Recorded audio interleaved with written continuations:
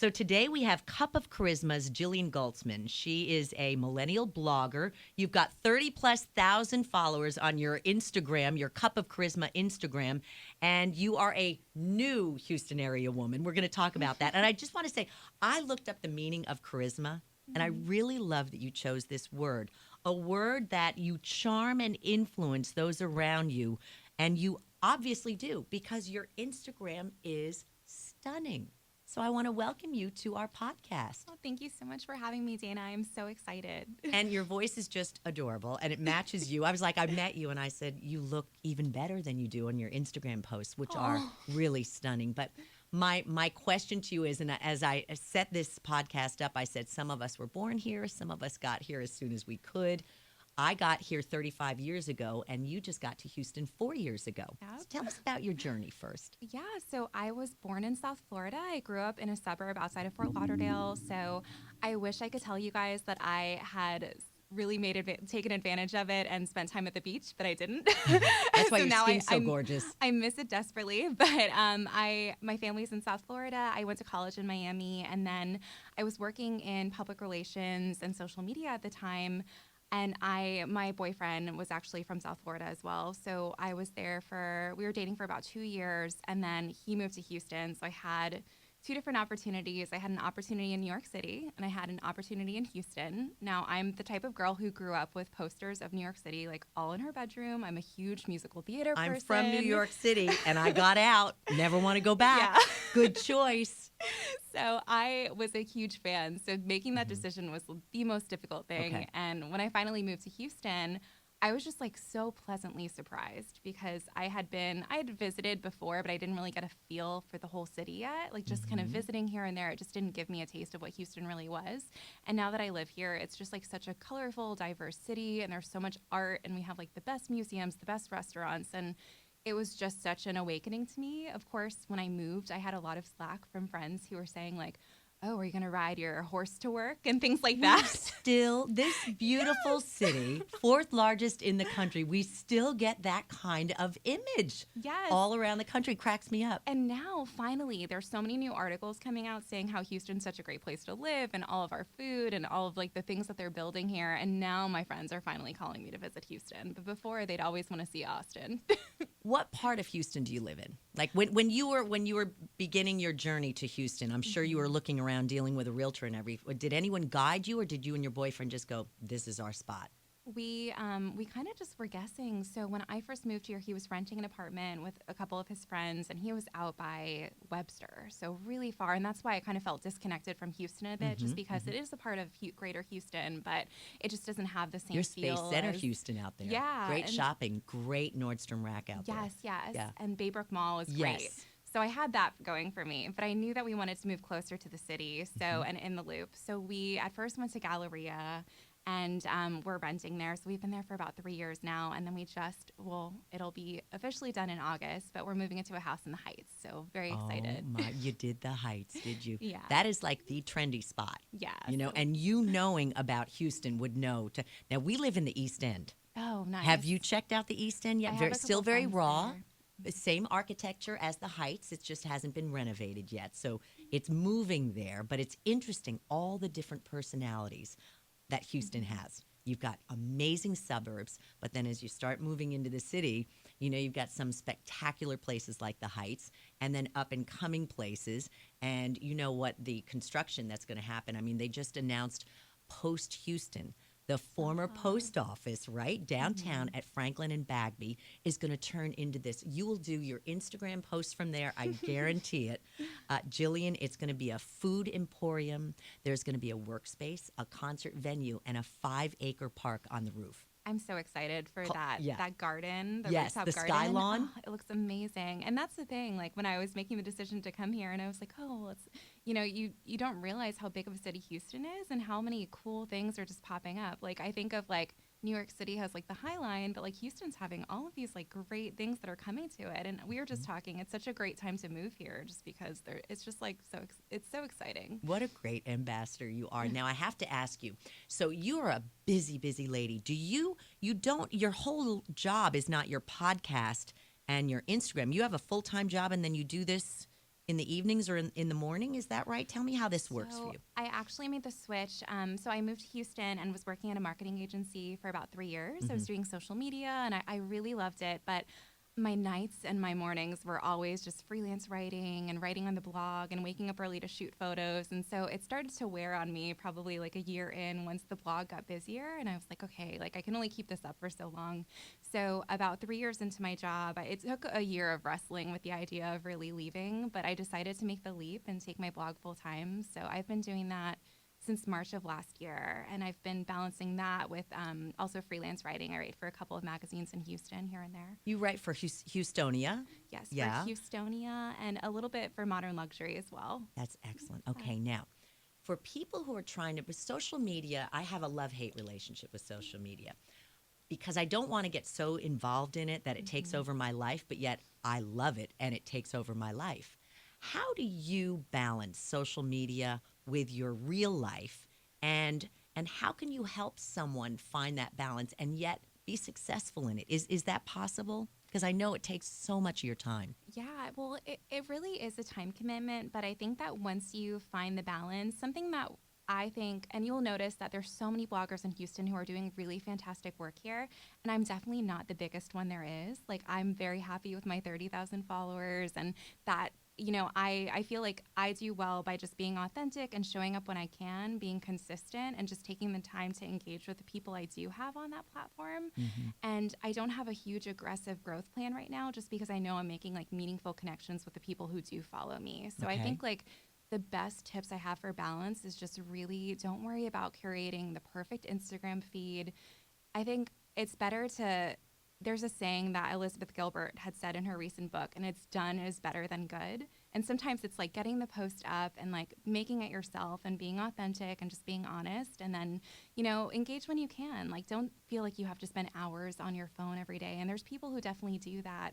And to me, I there was a time period where I was spending hours on Instagram responding to comments and posting on other people's pages, and it just took so much out of me that I think that now I really search for the accounts that make me feel good and the ones that I connect with to kind of create that connection and that authentic relationship with someone versus just trying to grow aggressively. So I think there's balance. I just think it's like you have to create the balance on your own terms and find something that works for you, because I think social media, it's a great tool. Like it's I've met some of my best friends online, like through social media, through Instagram, but it's also a tool that can really drain you if you get wrapped up in the follower count and how many likes you have and the Instagram algorithm. So I just try to stay away from that stuff. And That's just the be part that real. leads to the depression that we're experiencing today, Yes. especially in the millennial generation, the depression, the loneliness, because there's not that authentic connection and relationship.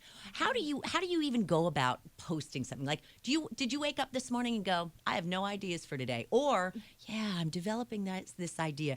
How does it come to you? Is it just like an aha moment, or are you a planner? Yeah, I'm a little bit of both. There's times I plan, but then I leave room to have that spontaneity in it too. I like to plan maybe a week of content out if I can, and I'll take photos. So this is not something that everybody has to do if they're trying to build their Instagram. I do it because it's much easier for me, but I have a friend who does my photography for me. So we kind of work together once a month. And yeah, and it's great because he's so skilled behind a camera compared to what I can do.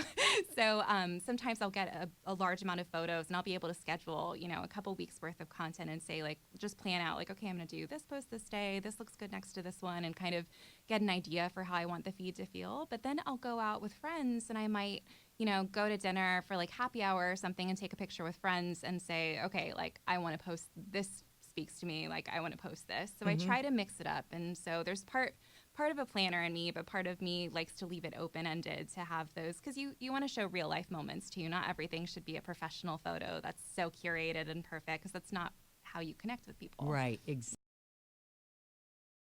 So I know on your blog and on your Instagram, you're wearing clothes that you're always talking about. Do you have sponsors like necklaces, earrings, jackets, the cute shoes that you wear, which by the way look like Jennifer Aniston shoes in Murder Mystery, which is such a great movie on Netflix, which we're going to talk about, your obsession with Netflix.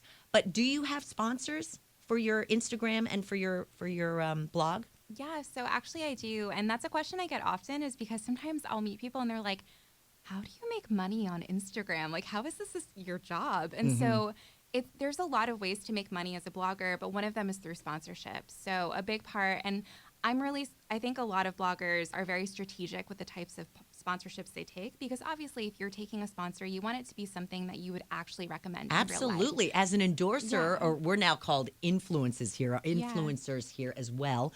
We only endorse products that we would use and do use. Yeah. Otherwise, we lose our audience. Exactly. So you want to be real and authentic and know. So what I like to do is if I have a sponsor approach me, sometimes I'll try the product out first. If it's like, let's say it's a skincare company or it's like a cruelty-free beauty brand, I want to make sure like the makeup looks good on my skin or that I would use this and recommend it to a friend. So I always will kind of go through a vetting process with sponsors. And then for clothing and stuff too, I do have brands that might send, like they might send an outfit to wear on Instagram if you post it. Cool. And yeah, so it's very cool and it keeps the blog going and functioning, and it's stuff that I would recommend to followers. What I like to do is I like to mix it up. So I have a percentage of my blog that's sponsored. So maybe 35% of the content comes from like sponsorships and brands, and then there's still that part that's like stuff that I'll find, because I just like being the person to kind of, especially one of the things I do on my blog is I like to do style and social good. So by social good, I mean like brands that give back to charity or brands that are socially conscious. So if I find a really cool brand that's like, fair trade. I loved your kind. The girl who did clothing that had the word kind on it. Yeah, I love her. Yeah. And that's a local. It's a girl who started her own company, and all of the shirts go to anti-bullying. So it's fantastic because like if you buy a T-shirt from her, and she sent me that shirt, but I just was so passionate about the cause that I interviewed her for the blog, and it was just a way to kind of connect my readers with a really fantastic cause. So for things like that, I just love sharing companies that are doing good in the world, and that's my real passion. And then I, of course, have like brands that, sometimes brands have really cool ideas too. Like last year I worked with Olay, and you would think that I worked with them on skincare posts as well. So I would like try their moisturizer and share it with my followers. But we also did something that was about like inspiring women. So it was a whole campaign with Olay where we talked about like how I talked about like my job and how I chose to be a blogger, and like how to how to create inspiration in the world and where I find inspiration. And it was just such a cool campaign because it's showing, I felt like brands are going in a direction where they're not just looking to push their clothes or push their products. They're trying to really send a broad message out there. So working with brands like Olay and working with brands that are more positive and like mission driven are just so exciting to me. So. Did they find you or did you find them? They found me. Sometimes I will, if I love a brand, like there's a few clothing brands that I absolutely love, and I'll send them an email and be like, I love your clothes. I'd love to work together. But do you tell them that you've got 30,000 followers? Is that how do you get? Not a regular person could just email like, I love Madewell. And I can't just email and say, I love your clothes. Could you send me some for free? Like how do you get them to do that? Oh, so I have a media kit. So almost like how I'm sure like iHeartMedia has the stuff and different stations have it too. Like I have a media kit just for sponsorships. And so I can send a package that says like, hey, like, and I dig into the demographics. So I share who my readers are, where they're located. My readers are similar to the audience of the show, same age, women, right. Mostly a lot in Houston and in different major metropolitan cities in the U.S. So I'm able to share those demographics with them and say who my audience is. And then from there, we can work out a partnership if they're interested. So it's like a peek behind the curtain. I did not know that that's how it worked. That is so cool. Okay, favorite things about Houston. You've been here for 4 years. You were a little apprehensive at first. What can you, if you were to tell someone who's thinking of New York versus Houston, what would you say? I would say, I think my favorite, there's so many things, but my favorite thing about Houston, it has such a big city feel, but at the same time, it's so close-knit. Like, I feel like once I moved here, when I go through and I meet different people in different friend groups, I always find out that everybody somehow knows each other. Like, it just feels like a community. Yes. And it's so weird because we're the fourth largest city in the country, yet everybody is so connected and so in tune with each other. And the people here are so nice, too. And that was a huge shocker to me when I moved here. And I kind of had a feeling because, everybody talks about Southern hospitality. But when I actually made the switch from moving from Miami to Houston, I was just the hospitality and the warmth of everyone that I've met here has just been fantastic. So the people are my favorite part of Houston. And then the rest of it would just be the culture. Like, I had no idea the museums, like the Museum of Fine Arts is one of my favorite museums. The Manil Collection, the fact that that's a free museum that you can go through at any time with those amazing artworks is just incredible to me. There's just so many different cultural gems in Houston, and I love whenever I do have family visit, I just have a whole itinerary because I'm so excited to share the city with them just because I feel like I didn't understand like Texan pride before moving here. And I was just like, I love this girl. Everybody in Texas is so prideful. Like people, like you can just see it from a mile away. And I didn't really understand it when I first came here. And then after a few months, I was totally drinking the Kool-Aid. Like I was like the type of person that was like Texas forever. Like I just love that. Yeah, and I just fell in love with the city. So I think there's just so many great places and people. It's just the whole fabric of Houston just impresses me. What drives you? What motivates you? You're obviously high energy. You are fearless. Do you have any insecurities? Are you motivated because you're new to? I mean, what is it that drives you, Jillian? Oh wow, I'd say aside from coffee. Yeah, I know. I gave her radio station coffee. She's like, coffee is coffee. Coffee is coffee. We call it our liquid angel around here. But aside from coffee, I feel like I've always, as far as what drives me, I feel like I definitely do have insecurities, especially we talked about the effect of Instagram and social media, especially being in a public platform all the time. It can definitely make you feel a certain way. Like if you let it. So what I try to do, I think like my main motivation is just trying to connect with people and create like some type of positive impact. And that's something I've always been really passionate about. Like since I was younger, I was always very into volunteering, and I still keep in touch with the organizations and the people I met through things that I was participating in when I was like in high school and college. And so that's always been important to me. So when I created the blog, it was really just to create a space of like positivity and trying to like lift people up and give people resources to do good in the world, whether it's through their shopping habits or through finding a local Houston charity. So things like that really motivate me. So I think that as long as I'm sending a positive message out there and just there's just so many things happening in the world that if I can just create one little space of positivity on the internet, then I will be happy with that. The podcast, Cup of Charisma, the blog, Cup of Charisma, the Instagram, Cup of Charisma. Now to get specific, your favorite restaurant in Houston. Oh, man, that's so hard. I know it is. Okay, I'm going to say two. Okay. So my favorite, and it's funny because they know me there, I go to Local Foods almost Oh, yes. like three Which times one? a week. They're all over. Which one do you go to? Over. I go to the one in Tanglewood because that's where Okay. I live, but I just went to the one in the Heights the other day, and the Yes. same cashier rang us out, and I was like, this is so embarrassing. I was like, he's going to see me at every location. He knows Downtown. me. Go to the one there, too. Yeah, It's awesome. I hit them all up. I love everything in that brand family, like Benji's, Local Foods. Oh, Benji's. That's my favorite. Favorite. All around Benji's. So that's my favorite for like a great lunch spot or brunch place. And I'd say my favorite. Barnaby's, too. Got to check out I Barnaby's. haven't been to Barnaby's. Go to Barnaby's. Okay. Any of their locations, but primarily the old Crooked Building on Fairview. You will love it. Okay. Okay? All right. So your second one?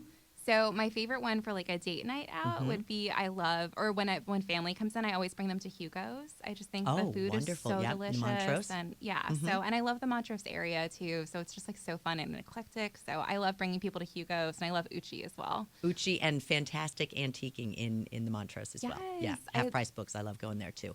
All right, next thing. Where do you get your favorite clothes? You said that there's some brands that you love and that you just want to share on your Instagram. Where do you like to shop the most? Favor the Kind. Yes, Write write that it down. down. It's amazing. So their stuff is just it's so fun. It's like very bohemian style, but very just like beautiful. It's great for gifts too. So I love Favor the Kind. I live across the street from Galleria Mall, which is very convenient because I Yes. can walk there instead of park. So that's Yes. always nice too. And then if I had to pick a bigger store that I love Anthropologie. Excellent. Oh, good taste. I love your eyebrows. Did you have them done here in Houston, or are they natural? Because I know you do beauty. Oh, thank you. They're actually natural, but I use It Cosmetics to kind of like fill them in and shape them, but they're natural. They look amazing. Thank you. Look amazing. Okay, now, when you're not blogging and not on your Instagram, and you're sitting there with your boyfriend watching TV, Netflix, you said you love your Netflix. What are Yes. you watching right now? We love Netflix. And Hulu. We love them all. Like I feel like we subscribe to every kind of streaming service. So right now I'm watching Big Little Lies on HBO. I'm obsessed with the show. And that's we still Nicole have Kidman, right? Yes. She looks amazing. I know. Oh I my feel like gosh, Nicole Kidman is just like She's incredible. She's incredible. Like Yeah. her skin is flawless. I Like everything know. about her. All of the women on that show, though. Reese Witherspoon looks amazing. Nicole Kidman looks amazing. So that's been like my latest. It's currently on. So we've been watching that season. I just wrapped up Dead to Me, which was a good show. It's on Netflix. It's Okay, with Christina Applegate. So Oh, we watched the whole thing. I think I binge watched that in one night. That me was too. incredible. It was so good. Oh And my it's one of those gosh. things It's like bring me the next season. I get, so you like that show as well. Yeah. Yes. I get into those things where if I have a day off and I just like let it play, I can watch a whole season The of a whole Netflix time. show. Yes, me too. Yeah. So we're really loving that. I'm currently watching Handmaid's Tale on Hulu. I love Brooklyn Nine-Nine on Hulu. All very different shows. I'm going from like extreme dramas to like very like cheesy, funny sitcoms, but we love it all. So Murder Mystery, Adam Sandler, Jennifer Aniston, really, That's the really one on cute. Netflix, yes, right? yes. It kept Okay. popping up, and I said, "All right, I'll watch you." And I watched it twice. Yeah. It was excellent, excellent. Oh, I love Jennifer Aniston. Yeah, she's another one, ageless beauty. That Yeah. you know, she was around before all of this Instagram Right. help that you're giving us with beauty products, and so you would just kind of Google her. What does she put on her skin? You know, because she I want looks her so good. skincare regimen. Yes, exactly. Yeah, and you I need wanna to know what share she's it, doing. do it, and put it on your Instagram, right? Yeah. Hotels. I know this that you were promoting Hotel Zaza. Yes, yeah. Well, so how did that all work? Did they first come to you? time- Yeah, so it was my first time at Hotel Zaza, and I fell in love with it. It was so fun. So we did a partnership with Visit Houston, and they're trying to give away hotel stays throughout Houston. So I was assigned last year to the Houstonian, which was so fun. And this year I was assigned to Hotel Zaza. So I went to the hotel, and we got to tour all of the major suites, which was so cool. Like they have this one apartment that Bob Hope used to stay in. And No way. yeah, and it was really like they have bathtubs on the balcony with like a whole view of the Houston skyline. It was insane. I never knew that. Yeah, it's like such an incredible hotel, and the views, because it's right in the museum district. That's the one I went to. So the views were so incredible. Like just to like see, it's like you can see every skyline in Houston just from that one hotel. It was unbelievable. So it was a great experience. But they're a hotel that I love. Houstonian is great. And I've done like little staycations. I've done like Hotel Sorella. It was really fun too. So What a fun job.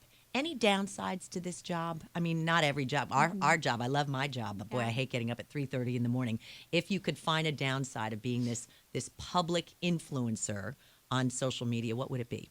yeah, I would say for the most part, I try to keep a like half glass full, but I think there's definitely days it's that comparison game. It's like you can't get too wrapped up in the numbers, and you have to just stay positive and know as long as you're being true to yourself and you're putting out a positive message and it's on brand for you, then that's the thing that matters. Because sometimes you're competing even with your friends. Like you might be going for different campaigns, or there might be an event in Houston where you see like, oh, like all my blogger friends got invited to that and I didn't get an invite. Like there's things like that. Yeah. So you may see stuff like that. And then in the beginning, I think I was just talking to my boyfriend about this because it's so much you. Like just like how you're a host of the show, it's like separating yourself from your job, because my blog is a representation of me. So if I don't get a campaign, or don't, if I don't get like an invitation somewhere, I used to feel, personally.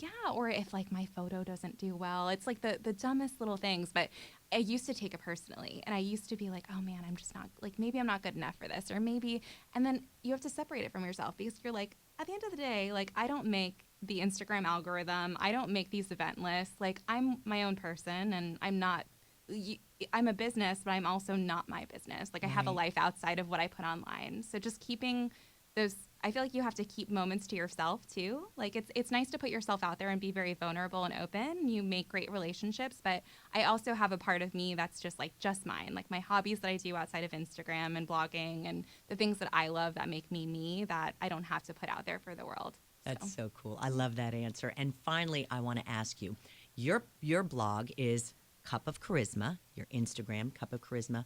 Who is your favorite Instagram? Who do you love following the most on Instagram? Oh, okay. I definitely have one. So my favorite blogger, and I just love her. She has great style, and her Instagram stories are so fun. She actually teaches people how to take photos too, but her name is Rachel Martino. So it's Rach Martino on Instagram. She's a New York City blogger. I got to meet her at a conference a couple years ago, and she's just like so cool. She does these things where she recreates she'll recreate like a character from a movie or something, and she'll dress up as this thing on Instagram and just make it look so cool. Like she just does the best stuff. So I love following her. Another one I love is the Shine Project. Well, she's now changed her name.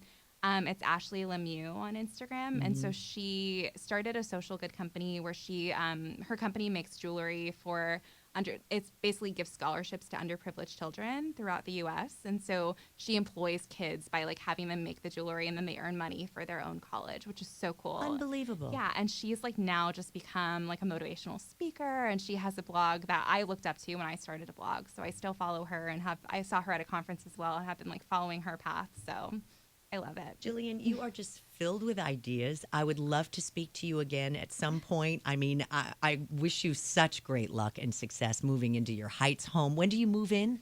The end of August. I'm so exciting. I can feel it in you. I mean, this is like, it's going to be your place, and I know we'll get so many cool, is it an Instagrammable home? Well, I'm going to make it one. Yes, I figured. And do you have any questions that, for us crazy radio station people? You were telling me about your schedule, and I would love to know how you get it done. Like, how do you kind of... It's funny that you say that, because I think us type A type personality women look at each other and we go, how does she do it? And how does she do it? You try to eat well, you exercise, and you just have a mission, kind of a mission sense about you that you just want to you want to do things for people. You want to move things forward. You want to make things better for people. And I think that's what gets me up every day. I love sharing stories, good news stories, and just the use of words. You write them, we speak them, and it just, if it can bring a smile to a person, and we are the morning show. So that means we are with commuters every morning in traffic, and you're thinking they're going, I don't want to go to work. But if they can arrive at work and go, I can't even believe I just did this 35-minute commute because I was laughing all the way. That's what we do as DJs here on Sunny. That is our goal. And to play some great music too, because we have some awesome music here. So we're kind of like the radio version of your beautiful Instagram. You have great pictures, we have great music, and together we make Houston a better place. And that's what our goal is. So you're just a delight. I'm so glad to meet you and have you here. Jillian Goltzman, now tell us again where, now that everyone's heard you and they're like, wow, she's got so many great ideas, where can we find you? Yeah, so you can find me on Instagram. I'm at Cup of Charisma, or you could find me on my website. It's www.cupofcharisma.com. And I'm also on YouTube at Cup of Charisma. So. Excellent. And how'd you come up with that name? Excellent name. Honestly, I was thinking of names for so long, and every time I would think of something, it just felt cheesy. So I would kind of run down a list, and I would Google it and be taken. And finally, one morning, it's the weirdest story, but I woke up. I think maybe I was craving a cup of coffee. That could have been what happened. But I woke up with the idea for the name, and I immediately hopped on my computer and searched like Instagram and every site just to make sure it wasn't taken. And I immediately when I saw it was open, I bought it. It's perfect for you. It suits you so well. So thank you so again much for joining us. And again, you can hear us on the iHeartRadio app, totally free. Download it, iTunes, also sunny99.com.